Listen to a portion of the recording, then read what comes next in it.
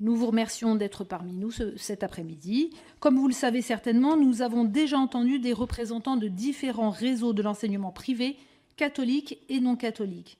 Et nous avons reçu juste avant vous les représentants des personnels de direction. Je précise que cette réunion est diffusée en direct sur le site de l'Assemblée nationale et qu'elle y sera consultable en vidéo.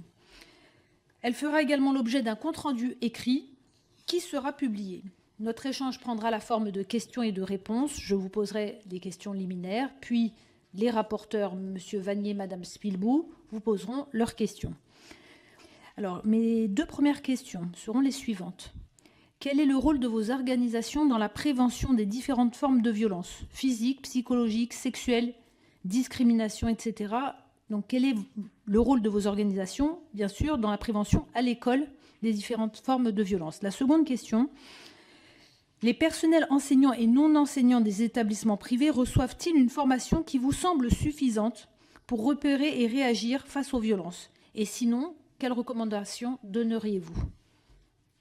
Je vous remercie, Madame Cotterell ou Madame Bouchou. Oui, donc le SNEC CFTC souhaite dire qu'il condamne bien évidemment tous ces faits de violence en milieu scolaire.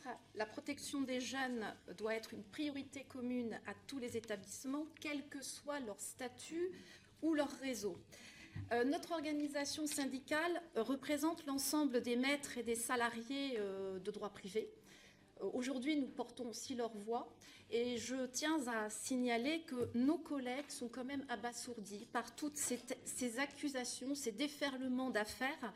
Alors, nous ne nions pas ces affaires, mais nos collègues ne se reconnaissent pas à travers tout ce qui est dit aujourd'hui. Ne faisons pas d'amalgame. Et lorsque je dis ça entre le passé et le présent, lorsque je le dis, j'ai une pensée toute particulière à nos collègues de Beauramo, ex-Betaram, qui, depuis 14 mois, subissent des pressions médiatiques et pour la plupart d'entre eux, n'exerçaient pas à l'époque des faits. Et c'est sur ce point-là que nous tenions à insister. Alors oui, il y a des dysfonctionnements, on ne le nie pas. Et le SNEC CFTC est pour la transparence, le SNEC CFTC est pour le renforcement des contrôles, et nous sommes bien entendu pour l'amélioration des procédures de dénonciation pour se rapprocher du risque zéro. Mais nous savons pertinemment que le risque zéro, malheureusement, n'existe pas. Alors, pour répondre à vos deux questions, un syndicat, c'est une organisation qui se préoccupe surtout des travailleurs. Donc, nous accompagnons nos collègues lorsqu'ils vont nous interpeller, nous allons les conseiller, les accompagner. Mais la responsabilité de la prévention revient en premier lieu au chef d'établissement, qui est là, qui est garant de la sécurité et le bien-être des élèves et de ses personnels. Tout comme la prévention revient aussi à l'État. Je rappelle que nous sommes des agents de droit public. Pour la seconde question concernant les enseignants, est-ce qu'ils sont suffisamment formés, le personnel privé? Eh bien, à notre sens, non. Nous ne sommes pas suffisamment formés à tous ces types de violences. Et il y a aussi toute une succession d'informations qui arrivent du ministère. Et je vous avoue qu'il est difficile pour nos collègues de s'y retrouver. C'est un empilement, une succession de données. Alors, est-ce qu'on aurait des recommandations? Puisque dans cette question, il en était question. Eh bien, nous proposons, le SNEC CFTC en tout cas, au moins de remettre à chaque enseignant un vade-mecum avec des fiches techniques mentionnant toutes les procédures à suivre dès l'instant qu'on a obtenu le concours ou le contrat. Ça, nous ne l'avons pas. Nos collègues sont perdus par rapport à ça.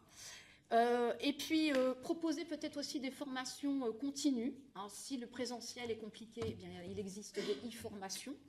Ça serait peut-être à réfléchir. Et également, il faut que l'on propose des formations au personnel de droit privé. Voilà ce que le SNEC CFTC peut dire sur ce point.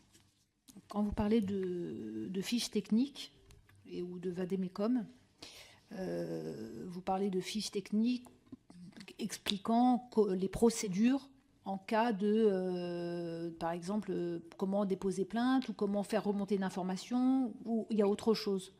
Oui, notamment ce point-là. Par exemple, il y a le lanceur d'alerte, décret de 2022. Je mets au défi combien de collègues connaissent cette procédure. Interrogez les enseignants, vous serez surpris. Je vous remercie. Madame Bouchon, vous voulez rajouter quelque chose? Bouchou, pardon. Juste pour compléter, effectivement, on note qu'il y a beaucoup d'outils qui sont mis à disposition par l'Éducation nationale. On regrette cependant que ces outils n'arrivent pas dans nos établissements privés. Il n'y a pas un affichage institutionnel sur des protocoles ou sur des alertes potentielles lorsque l'on est témoin de faits de violence dans nos établissements scolaires. Ça, c'est un regret. Donc, pour compléter la question, effectivement, la formation, oui, elle manque. L'information aussi manque. Et le rôle d'un syndicat à ce moment-là, c'est de se faire le relais de l'information institutionnelle, très clairement. Un petit préambule aussi par rapport à la situation des personnels enseignants salariés au Collège Bouramo et à leur exposition et leur surexposition médiatique. D'abord pour vous dire que nous sommes très sensibles et que nous ne faisons pas, nous, l'amalgame entre des personnes qui ont été auteurs ou qui sont mises en cause sur des violences psychologiques, physiques ou sexuelles et l'écrasante majorité des personnels de l'enseignement privé et qui font leur travail éducatif avec bienveillance et grand engagement. Donc c'est important, votre rappel, on y est sensible. Et puis, vous rappelez aussi que nous ne parlons pas que de faits passés dans la commission d'enquête. Cette commission d'enquête, elle fait lever le voile sur beaucoup de personnes qui prennent la parole et qui la libèrent aujourd'hui, y compris sur des faits actuels et présents qui nous sont révélés. Nous faisons de nombreux articles 40 chaque jour à ce sujet. Donc il faut aussi regarder la réalité d'aujourd'hui avec lucidité, même si c'est peut-être pas la même chose et le même contexte que les années 60 à 2000. Et puis, dernière chose, nous sommes très attentifs avec mon co-rapporteur Paul Vanier à la libération de la parole et à la protection des lanceurs d'alerte. Dans les 3 cas des visites sur pièce et sur place que nous avons fait dans les établissements où il y avait eu de la violence systémique, ce sont des femmes qui étaient lanceuses d'alerte.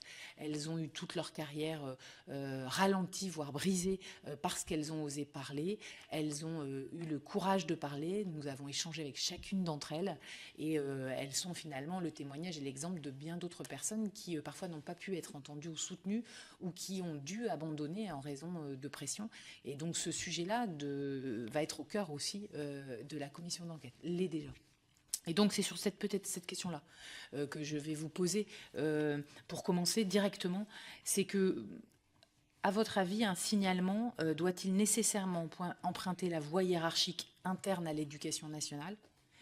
Selon quelles modalités? Existe-t-il aujourd'hui des filtres entre la personne qui souhaite signaler les faits? On parle bien de violences commises par des adultes sur des enfants, dans notre cas. Donc, existe-t-il des filtres entre la personne souhaitant signaler les faits et l'éducation nationale ou la justice? Et comment, vous, dans vos organisations, accompagnez-vous ce sujet de l'efficacité du signalement et de son suivi? Merci. Merci. Nous passons à Madame Cottrell ou à Madame Bouchou. Allez-y, Madame Bouchou. Alors, j'ai envie de dire qu'en fait, cette question, elle est primordiale, elle est, à notre sens, au cœur du sujet. En fait, la loi impose que dès lors qu'on est informé d'un fait de violence, on doit s'en référer aux autorités compétentes. Alors, d'un premier niveau rectoral, voire de justice. Ce qu'on constate dans la réalité, c'est que ces situations sont d'abord gérées en interne. Alors, pourquoi elles sont gérées en interne? C'est peut-être pour éviter le scandale public, dire que chez nous, ça n'existe pas. Et je pense que c'est là qu'il y a que nos structures font une erreur. c'est qu'en fait, ça existe chez nous comme ailleurs, comme dans une école publique, comme dans une association sportive, comme dans la cellule intrafamiliale. Et il ne faut pas le nier. Et je pense que c'est précisément en niant ces faits qu'on exacerbe le problème et précisément l'image qu'on voudrait préserver de nos établissements. Alors, effectivement, il y a cette voie hiérarchique qui, chez nous, commence par le chef d'établissement, bien évidemment. Elle est privilégiée, cette voie hiérarchique, parce qu'il y a aussi ce principe de subsidiarité qui est voulu par les chefs d'établissement et par l'enseignement privé.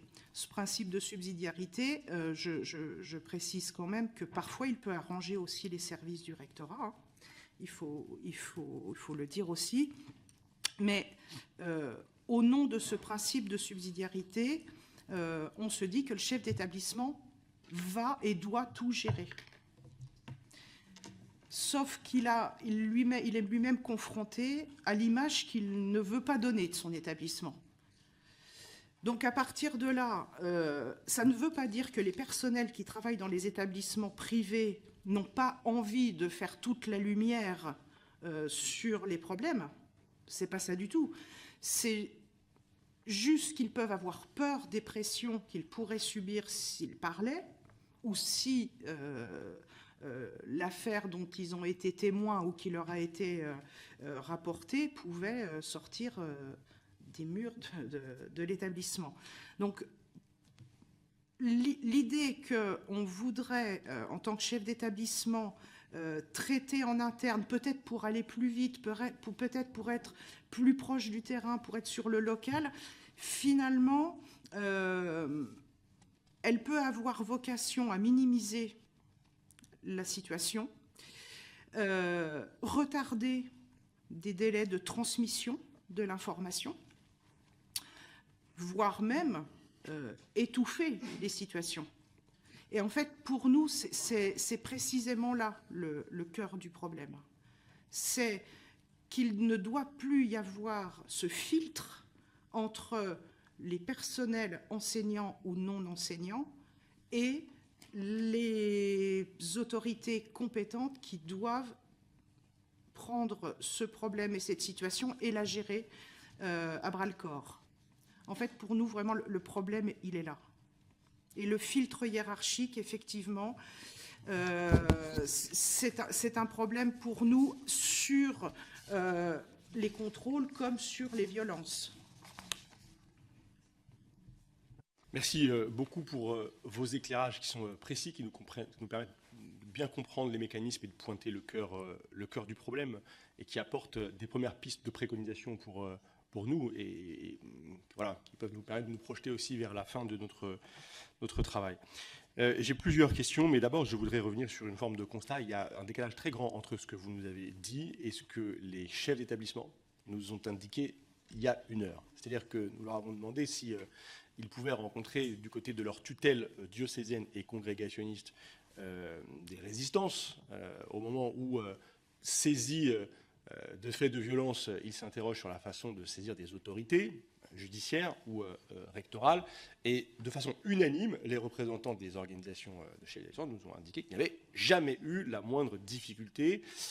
Or, vous nous avez décrit des situations dans lesquelles certains diocèses, pas tous, avez-vous précisé, mais peuvent, au nom du principe de présomption d'innocence, qui est un principe bien sûr essentiel, mais justifier de ce principe pour, au fond, taire la diffusion d'une information avec des enjeux réputationnels qui sont sans doute au cœur de réflexes qui sont de très mauvais réflexes et qui peuvent entretenir une forme d'omerta, mettre des élèves en danger. Donc j'aimerais que vous creusiez, si c'est possible, ce type de situation.